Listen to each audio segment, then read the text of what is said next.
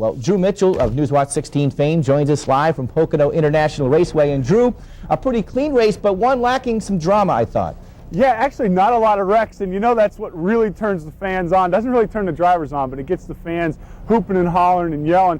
The big news was cut tires today. Bobby Hamilton, the race leader, he went down with a cut tire. We saw it there. Jeff Gordon actually cut a tire on lap 57. That caused him a little problems. Once they got that taken care of, he took control of this race and had it in his hands the next 143 laps, and of course took the checkered flag, as you just showed us there, Jimmy. So that stuff made it kind of exciting in that regard.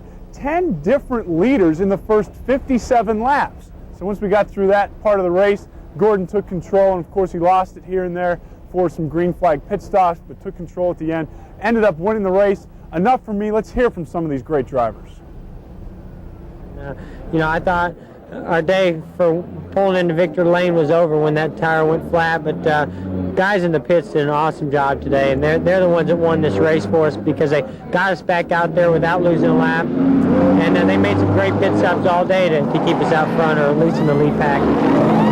Nice pit stops for you guys there at the end. I mean, that last one, I was listening to you guys on the scanner, and you did exactly what you wanted, 4 and 2 cans of fuel down. Yeah, the guys really did good. You know, this was a hard one. We had to come back from a near lap down, and you know, it's a good race team. We've got a great car that Hendrick Motorsports gives us. You know, we've got a great driver, but the guys do work hard in the pits. There's nothing wrong with second, but we try real hard to win, and to beat the 24 and to normally beat the 88, you got to be real aggressive, and you got to make changes. You can't sit on something and not make changes, and we just couldn't make the change that we needed to make. We were able to make a change, but it wasn't the change we needed to make. Great charge at the end of the race.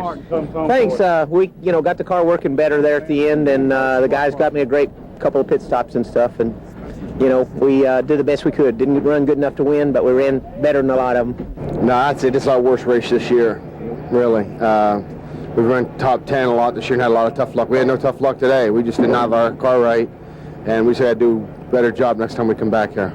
Jimmy said he was running tight all day long, couldn't find it, and the weather played a little bit of havoc with the sun peeking in and out.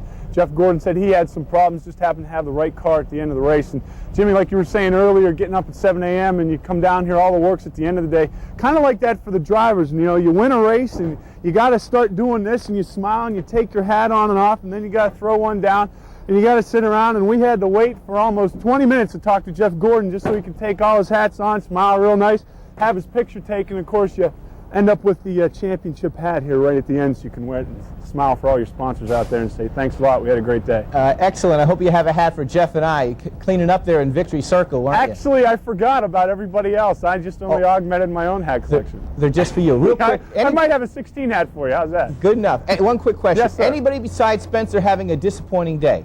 Actually, Jeff Bodine had a tough day. He thought he had a good car when he came in here and just couldn't catch a break. We talked to him in the garage afterwards. You didn't hear from him just there.